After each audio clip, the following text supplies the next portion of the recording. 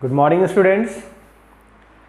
आज के इस वीडियो में फिर से आपका स्वागत है और ये सॉलिड स्टेट का वीडियो है क्लास 12 के लिए। आप समझ रहे हैं सॉलिड स्टेट चैप्टर में पढ़ा रहा था आप लोगों को, और सॉलिड स्टेट चैप्टर में बहुत सारी बात हम लोग कर भी चुके हैं, बहुत सारे टॉपिक्स कवर किए जा चुके हैं। और जो जस्ट पिछला सबसे लेटेस्ट टॉपिक था वो था मैंने समझाया था आपको कि किसी भी सब्सटेंस का फॉर्मूला, आयनिक कंपाउंड का फॉर्मूला और वॉइड्स से उसका क्या रिलेशन होता है, इस पर बहुत सारी पॉसिबिलिटीज़ के बारे में हम लोगों ने सोचा था, समझा था कि फॉर्मूला जो है वो कैसे हम लोग डिसाइड करते हैं। और यही बात होती भी है। जैसे सोडियम क्लोराइड का फार्मूला NaCl है, और उसका कारण मैंने आपको समझाया था कि सोडियम क्लोराइड में जो कटायन है वो सभी के सभी ऑक्टाइडल वॉइड पे होते हैं और सभी अनायंस जो है वो लैटिस पॉइंट पर होते हैं, तो उनका रेशियो 1:1 हो जाएगा, तो उसका फार्मूला AB टाइप होगा, जिसका NaCl एग्जाम्पल था। और उसमें हमने ये भी समझा दिया था कि कोऑर्डिनेशन नंबर हम लोग कैसे डिसाइड करते हैं, कैसे फाइंड आउट करते हैं कोऑर्डिनेशन नंबर कितना होगा। तो कोऑर्डिनेशन नंबर भी मालूम हो जाएगा, उससे फार्मूला भी मालूम हो जाएगा। और उसमें एक खास बात ये थी, जो एक जनरल बात थी, कॉमन बात थी, कि जो कटायंस होते हैं उनका साइज छोटा होता है कंपैरेटिवली अनायंस के मुकाबले। तो वो छोटे साइज होने के कारण वे वॉइड्स में फिट बैठ सकते हैं, जबकि अनायंस का साइज बड़ा होता है तो वो लैटिस पॉइंट को प्रीफर करता है। जहाँ आइटम्स होते हैं वहाँ होंगे अनायंस, और कटायंस जो होंगे वो वॉइड्स में होंगे। तो हम लोग इनडायरेक्टली कटायन के साइज का मतलब समझते हैं वॉइड का साइज। अगर मैं कह दूं वॉइड का साइज, तो आप समझ जाना कि ये कटायन के साइज की बात कर रहे हैं, क्योंकि वॉइड जितना बड़ा होगा कटायन उसमें फिट बैठेगा। तो कटायन का साइज, वॉइड का साइज इनडायरेक्टली एक ही बात हुई, हम लोग उसी की बात करते हैं। आज का जो टॉपिक है वो बड़ा ही इंपॉर्टेंट टॉपिक है और बड़ा ही कंसेप्चुअल टॉपिक है। ये CRT के सिलेबस में तो नहीं है, लेकिन ये कॉम्पिटिटिव पॉइंट ऑफ व्यू से बड़ा ही इंपॉर्टेंट है और बड़ा इंफॉर्मेटिव है। इवन कि बहुत सारे केसेस में जहां हमको लंबे चौड़े कैलकुलेशंस की ज़रूरत पड़ सकती है, उन सारे लंबे चौड़े कैलकुलेशंस के बदले अगर हम ये जानते हैं तो छोटा सा कैलकुलेशन करके हम रिजल्ट पर पहुँच सकते हैं। उसी के लिए मैंने आज शुरू करना चाहा है पढ़ाना, और वो है रेडियस रेशियो रूल। तो यह रेडियस रेशियो रूल क्या है, इसके बारे में पहले आपको हम इंट्रोड्यूस कर दें कि यह रेडियस रेशियो होता क्या है, इसका मतलब क्या हुआ। तो उसके लिए मैंने पहले थोड़ा सा पहले जाना पड़ेगा कि अगर अरेंजमेंट होता है इन एन आयोनिक सॉलिड, अगर किसी आयोनिक सॉलिड की बात करते हैं तो कंस्टिट्यूएंट्स कौन कौन से होंगे। द कंस्टिट्यूएंट्स कौन कौन से होंगे, कटायंस होंगे और एक अनायंस होगा, एक अनायन होगा और एक कटायन होगा। अनायंस और कटायंस। कटायंस कंपैरेटिवली साइज में छोटे होते हैं, जो पहले भी हम लोग बात कर चुके हैं। Comparatively smaller in size, smaller in size, so preferably present in voids,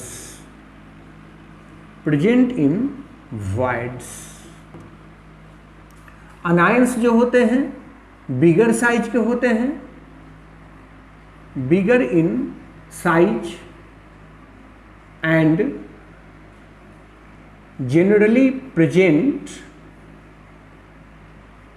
generally present at lattice point, at the lattice point। Anions का साइज बड़ा होता है, इसलिए बड़े साइज के कारण ये ऑक्युपाई कर लेते हैं लैटिस पॉइंट्स को। मतलब अनायंस जो होते हैं वो क्लोज पैकिंग बनाते हैं। तो सपोज कीजिए कि लैटिस पॉइंट को ऑक्युपाई कर लिया है इन सारे अनायंस ने, इन सारे अनायंस ने लैटिस पॉइंट को ऑक्युपाई कर लिया, ये सब अनायंस हैं। तो यही ना वॉइड बच गया जिसमें कटायन फिट बैठेगा।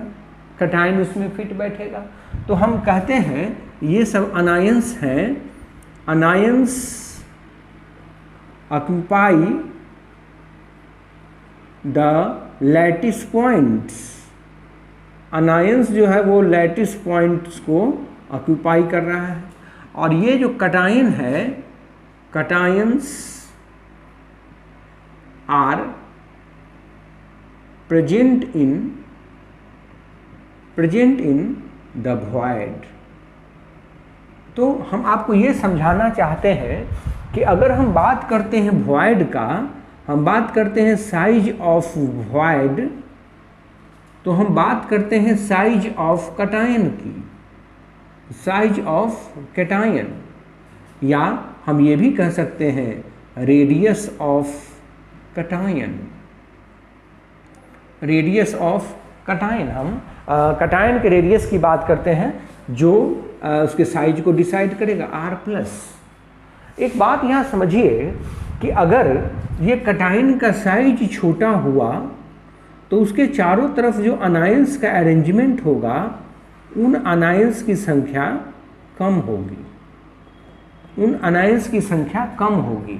और अगर कैटायन का साइज बड़ा हुआ, ध्यान दीजिए, तो उसके चारों तरफ अनायंस की संख्या ज़्यादा होगी।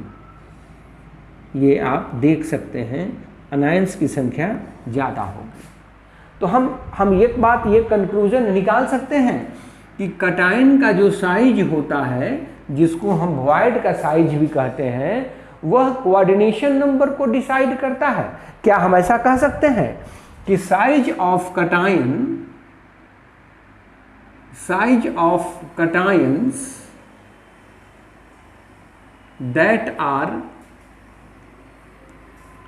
that are present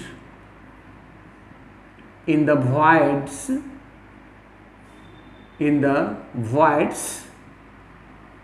determines the number of surrounding anions,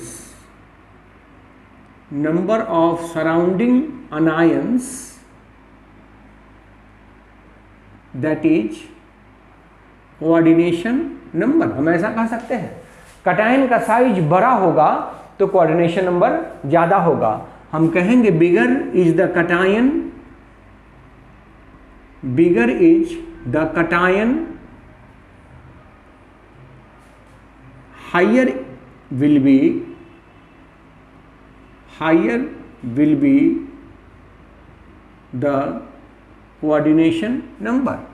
cation का साइज जितना बड़ा होगा कोऑर्डिनेशन नंबर उतना ही ज़्यादा होगा। तो यहाँ पर एक रिलेशनशिप हम लोग डिराइव कर लेते हैं कि कैटायन और अनायन के रेडियस में क्या रिलेशन होगा तो कोऑर्डिनेशन नंबर कितना होगा। हम लोग इसी रिलेशनशिप को कहते हैं रेडियस रेशियो रूल। तो हम यहाँ करना चाहते हैं here ratio between the radius of cation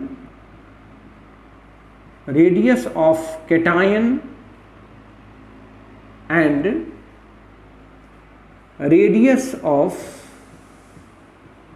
anion has been calculated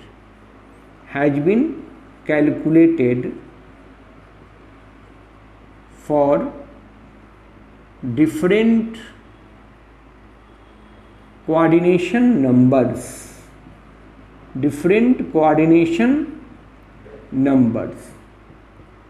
voids। आप समझ रहे हैं, कोऑर्डिनेशन नंबर 6 होगा तब वॉइड ऑक्टाहेड्रल होगा, कोऑर्डिनेशन नंबर 4 होगा तब वॉइड टेट्राहेड्रल होगा, वगैरह वगैरह। हम डिफरेंट वॉइड्स के लिए रेडियस रेशियो निकाल लेते हैं, which is known as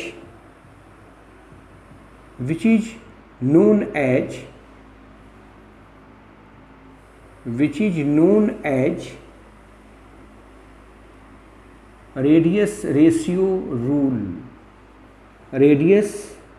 ratio rule। Different voids के लिए different voids have different radius ratio, different radius ratio. मैं यहाँ पर कुछ वॉइड्स के बारे में आपको बता देता हूँ। Voids, range of radius ratio, range of r plus by r minus, और लिमिटिंग रेडियस रेशियो। जैसे अगर ट्राइगोनल वॉइड्स है जिसका कोऑर्डिनेशन नंबर 3 होता है, तो रेंज होता है 0.155 टू 0.225, और इसका रेंज होता है 0.225। एक होता है टेट्राहेड्रल, टेट्राहेड्रल कोऑर्डिनेशन नंबर 4 0.225 से 0.414, 0.414, लिमिटिंग हो रहा है 225। एक होता है ऑक्टाहेड्रल, एक होता है ऑक्टाहेड्रल जिसमें कोऑर्डिनेशन नंबर होता है 6, कोऑर्डिनेशन नंबर 6, रेंज होता है 0.414 से 0.73 टू लिमिटिंग 414। और एक होता है क्यूबिक वॉइड, कोऑर्डिनेशन नंबर 8, 0.732 से 1.0 और लिमिटिंग 0.732। तो इन सबों में आप देख लीजिए कि रेडियस रेशियो का वैल्यू मैंने लिखा है।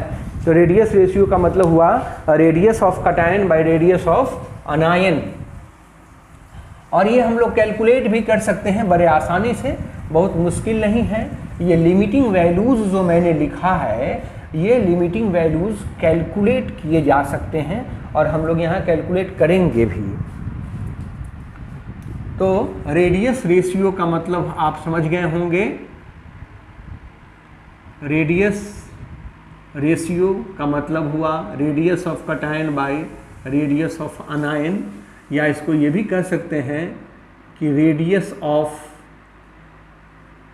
Voids by radius of atoms. जो लैटिस पॉइंट पर हैं उनके रेडियस के रेशियो को हम लोग रेडियस रेशियो कहते हैं। तो पहला हम आपको कैलकुलेट करना सिखा दें, ऑक्टाहेड्रल वॉइड का हम रेडियस रेशियो कैसे कैलकुलेट करेंगे। ऑक्टाहेड्रल वॉइड का रेडियस रेशियो आप याद कर लीजिए 0.414 होता है, 0.414 होता है रेडियस रेशियो ऑक्टाहेड्रल वॉइड्स का। तो रेडियस रेशियो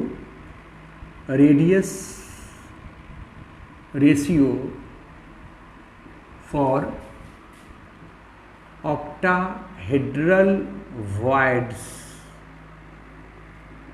ऑक्टाहेड्रल वॉइड्स के लिए हम रेडियस रेशियो कैलकुलेट करना चाहते हैं।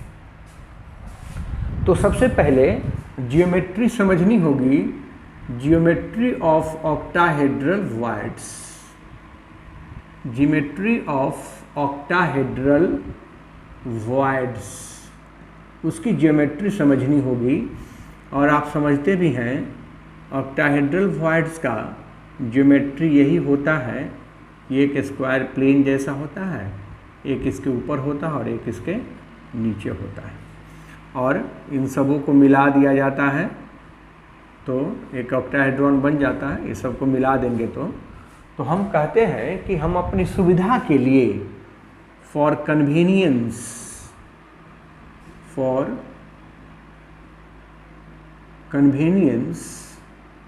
वी इग्नोर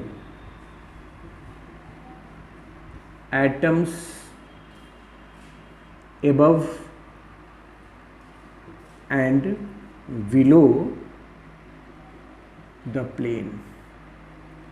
प्लेन के ऊपर और प्लेन के नीचे के आइटम्स को हम इग्नोर कर देना चाहते हैं, हम अपनी सुविधा के लिए। तो हम इग्नोर कर दें अगर, तो यही 4 आइटम्स बच जाएंगे। यही 4 एटम्स बच जाएंगे जो कि अनायन हुए। ये सब अनायन है, अनायंस हैं। और इसी के बीच में जो खाली जगह बच गया है वो कटायन है, ये कटायन है। तो देखिए हम इस सब के सेंटर को A माना, इसको B माना, इसको C माना, इसको D माना, तो इस सबको मिला देते हैं, सेंटर को मिला देते हैं। तो जो ABCD बनेगा वो निश्चित रूप से एक स्क्वायर होगा। The ABCD is a square, यह स्क्वायर होगा। तो हम किसी भी तरीके से इसको कैलकुलेट कर सकते हैं। सपोज कीजिए, suppose the radius of anions present at the lattice point, at the lattice points,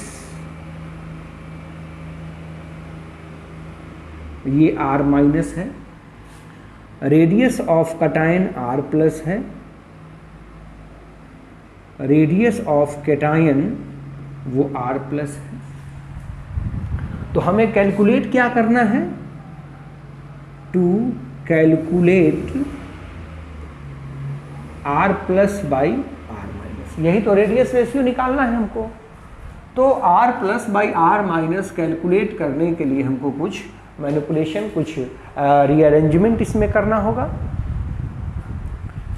तो देखिए हम एक डायगोनल इसका मिला देते हैं AC को।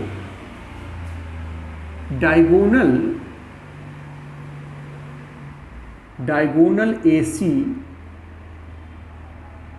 Can be calculated as. Diagonal AC निकालने के लिए हम एक राइट एंगल ट्रायंगल ADC ले सकते हैं। ADC from right angled triangle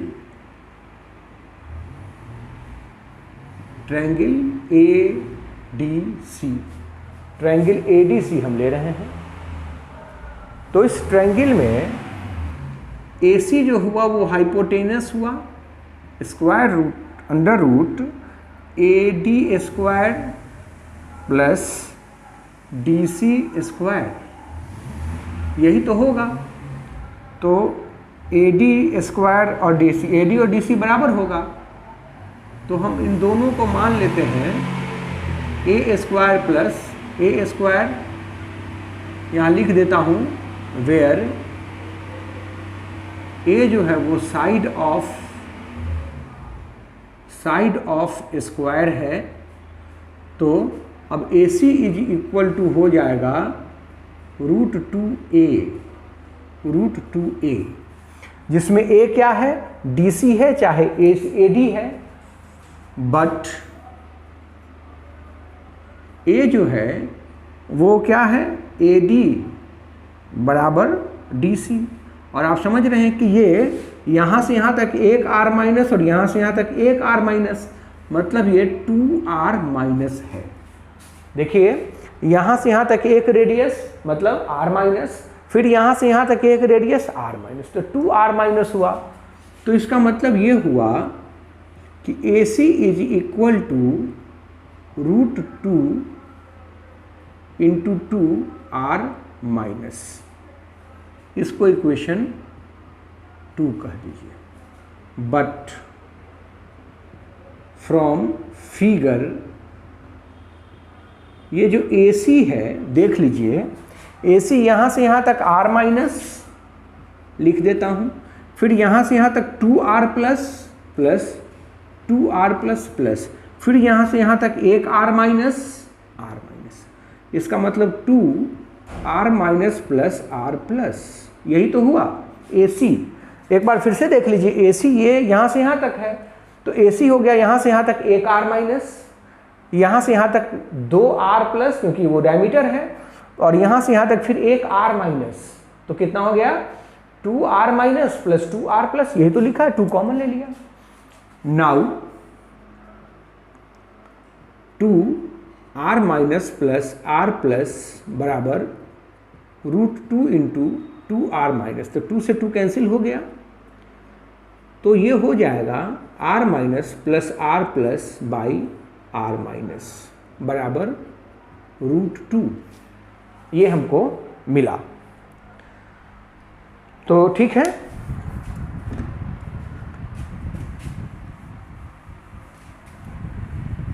इसको हम और आगे बढ़ाते हैं, इसको और आगे ले जाते हैं, इसको अलग अलग कर दीजिए। r minus by r minus plus r plus by r minus बराबर √2 का वैल्यू 1.414, तो ये हो जाएगा 1 plus r plus by r minus बराबर 1.414। Therefore r plus by r minus is equal to 1.414 minus 1 बराबर 0.414।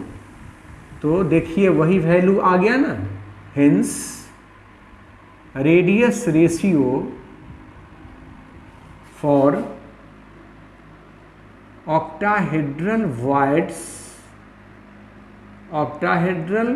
voids r plus by r minus is equal to 0.414,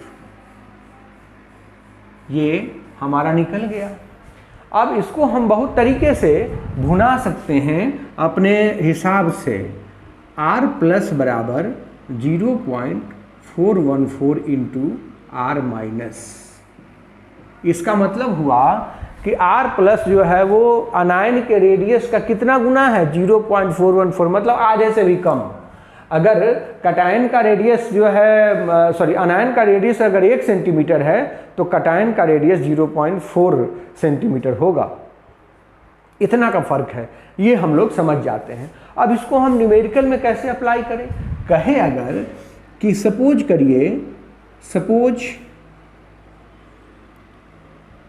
an ion और वो कटायन है हैच radius 408 picometer. If coordination number is 6, then calculate the radius of anion, ऐसा अगर सवाल आपसे पूछ दिया जाए, ये क्वेश्चन है, तो फटाक से हमको फॉर्मूला पता है। फॉर कोऑर्डिनेशन नंबर अगर 6 है, इट मीन्स वॉइड कैसा है, ऑक्टाहेड्रल है, वो वॉइड ऑक्टाहेड्रल वॉइड है, और ऑक्टाहेड्रल वॉइड के लिए रेडियस रेशियो हमको पता है 0.414, और कटायन का रेडियस तो पता है 408 बाई r माइनस बराबर 0.414, therefore radius of anion is equal to 408 by 0.414, और इस तरह से हम लोग आसानी से इसको कैलकुलेट कर पाते हैं। तो यह रेडियस रेशियो का आपको कंसेप्ट समझाया मैंने। अब आप समझ गए होंगे कि अगर हम कटायन के साइज को बड़ा करेंगे तो कोऑर्डिनेशन नंबर बढ़ जाएगा, कटायन के साइज को छोटा करेंगे कोऑर्डिनेशन नंबर घट जाएगा।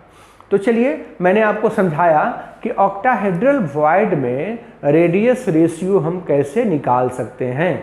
अब बारी आई थोड़ा सा टेट्राहेड्रल वॉइड्स के बारे में भी समझ ले। टेट्राहेड्रल वॉइड में हम रेडियस रेशियो कैसे निकाल सकते हैं।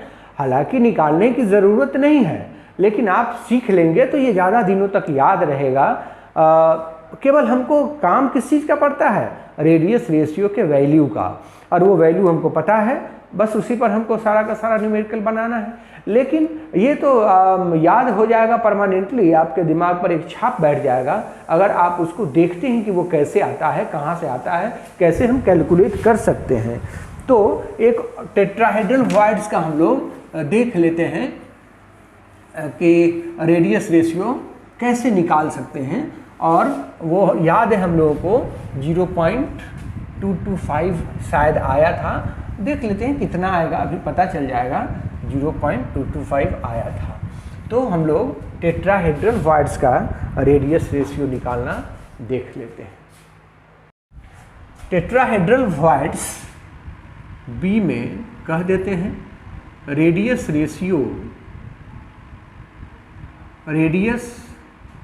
रेशियो फॉर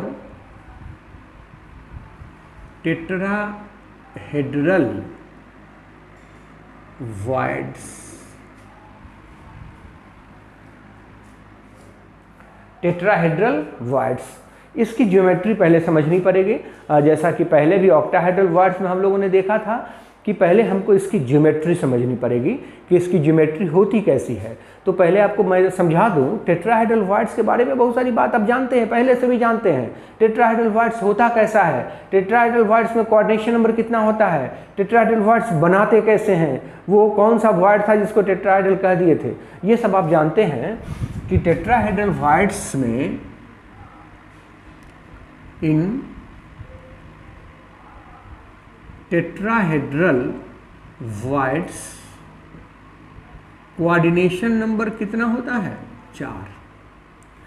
और टेट्राहेड्रल वॉइड्स बनाए कैसे थे ये भी आपको याद होगा। टेट्राहेड्रल वॉइड्स, इसके ऊपर एक एटम था और इसी को हम लोग कहते थे कि ये टेट्राहेड्रल वॉइड्स है। इसको थोड़ा सा हम और मॉडिफाई करना चाहते हैं ताकि हमको ज्योमेट्री समझ में आ जाए। ज्योमेट्री समझाने के लिए हम इसको थोड़ा सा और मॉडिफाई करना चाहते हैं, यही हमने किया। तो अब ये ट्रायंगुलर शेप मिला हमको, इस सब को मिला दीजिए। जब मिलाइएगा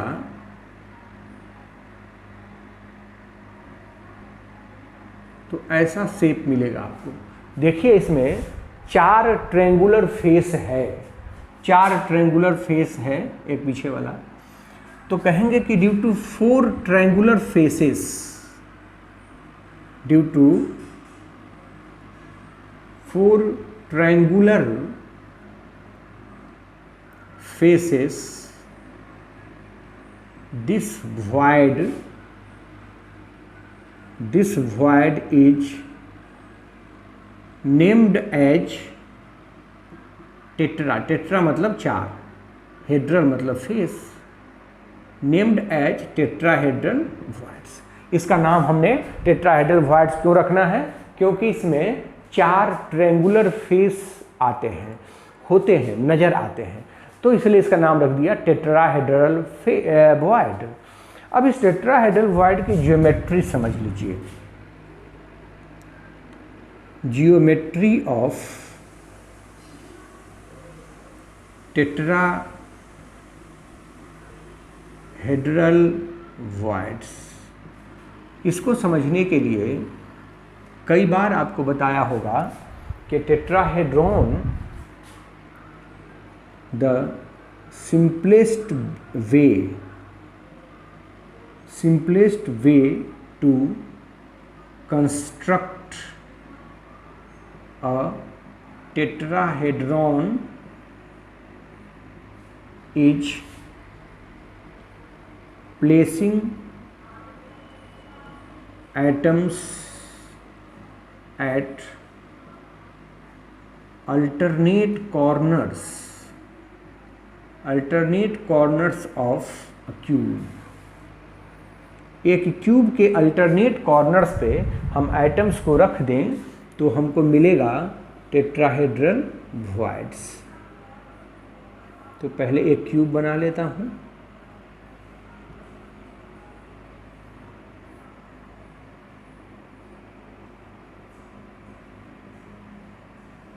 एक क्यूब बना लिया और इसमें अगर एटम यहाँ है तो इसको छोड़ के एटम यहाँ है, इसको छोड़ के एटम यहाँ है, इसको छोड़ के एटम यहाँ है।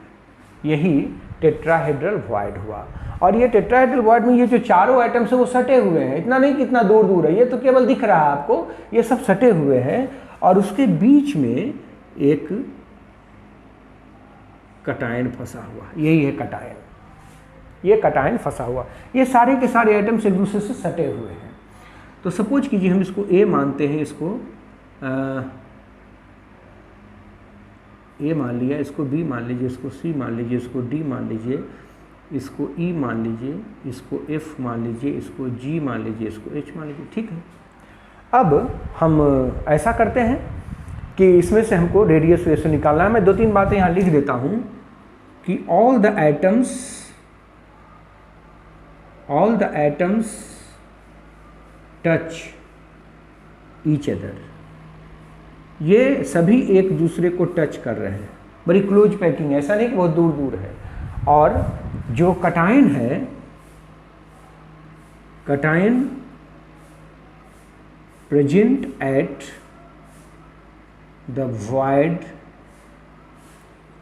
Also touches all the anions. ये इस बात में कभी नहीं पढ़ना है कि ये सब टच नहीं कर रहे हैं, दूर है, लेकिन ये समझना है कि ये सब टच कर रहे हैं, क्योंकि सॉलिड में तो क्लोज पैकिंग होती है, सब एक दूसरे से सटे हुए होते हैं। अब देखो हम AC को मिला देते हैं, AC को मिला देते हैं।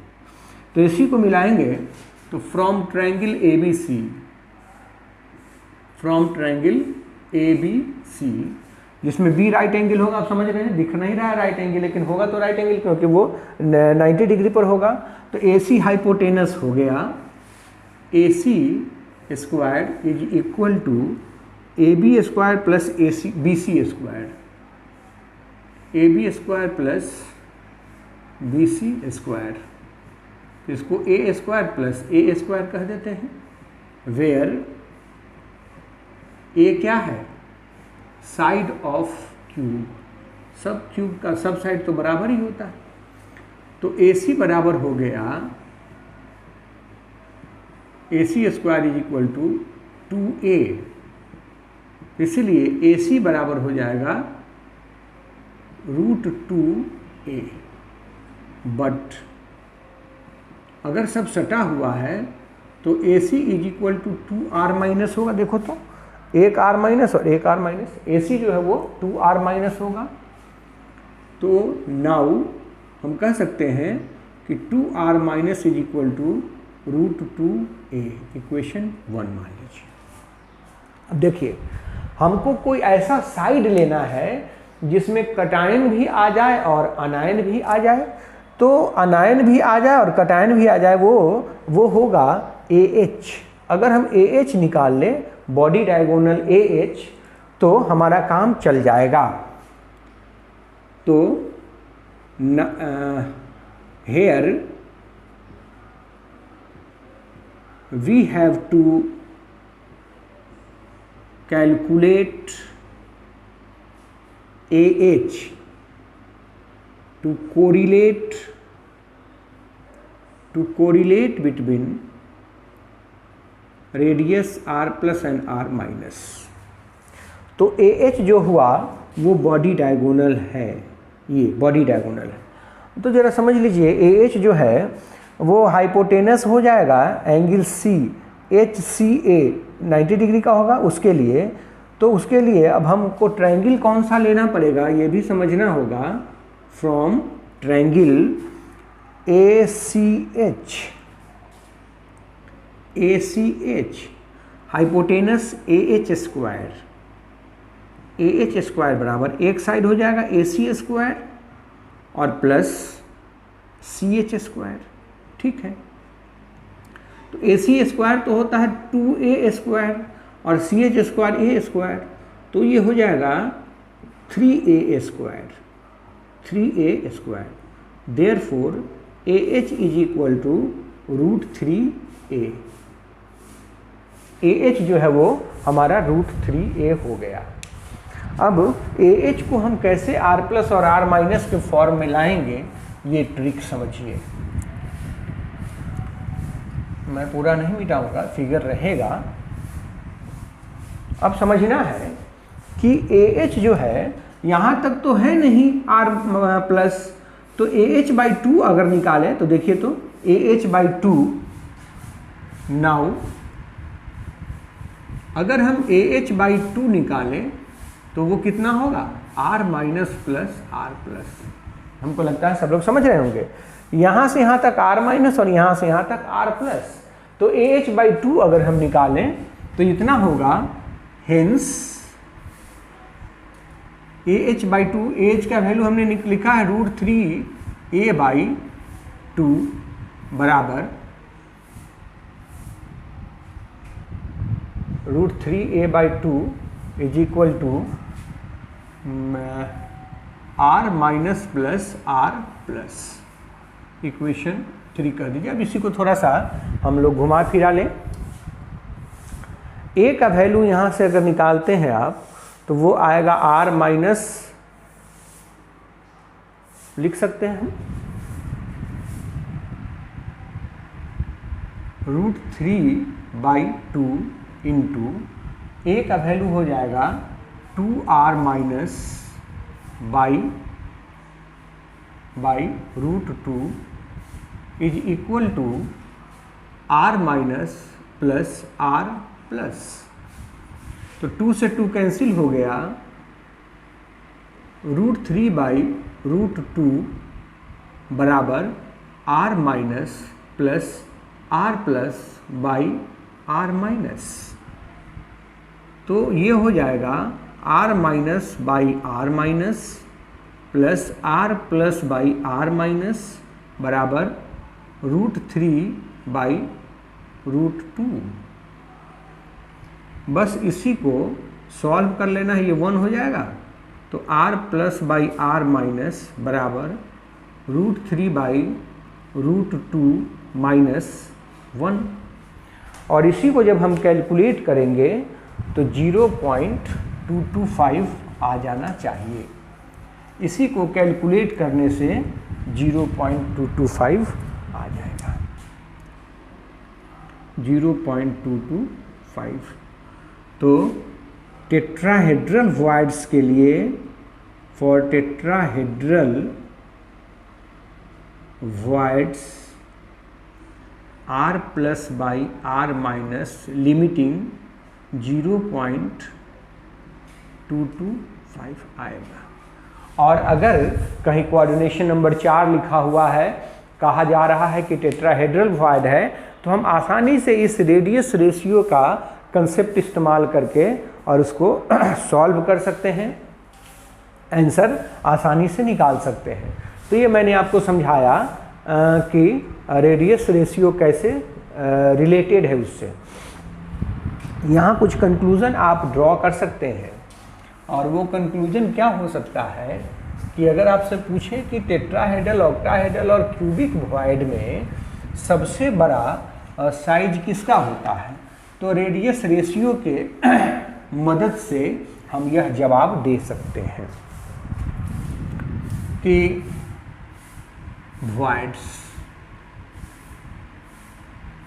कोऑर्डिनेशन नंबर और R plus by R minus. तो वॉइड्स अगर क्यूबिक है, कोऑर्डिनेशन नंबर 8 0.732 से बड़ा या बराबर, लिमिटिंग। ऑक्टाहेड्रल है, कोऑर्डिनेशन नंबर 6 0.414, और टेट्राहेड्रल है, कोऑर्डिनेशन नंबर 4 0.225। इससे आप क्या कंक्लूजन निकालेंगे कि सबसे बड़ा जो वॉइड होता है वो कौन सा होगा, तो कहेंगे क्यूबिक वॉइड। तो size of voids varies as, cubic void सबसे बड़ा होगा, उसके बाद ऑक्टाहेड्रल वॉइड होगा,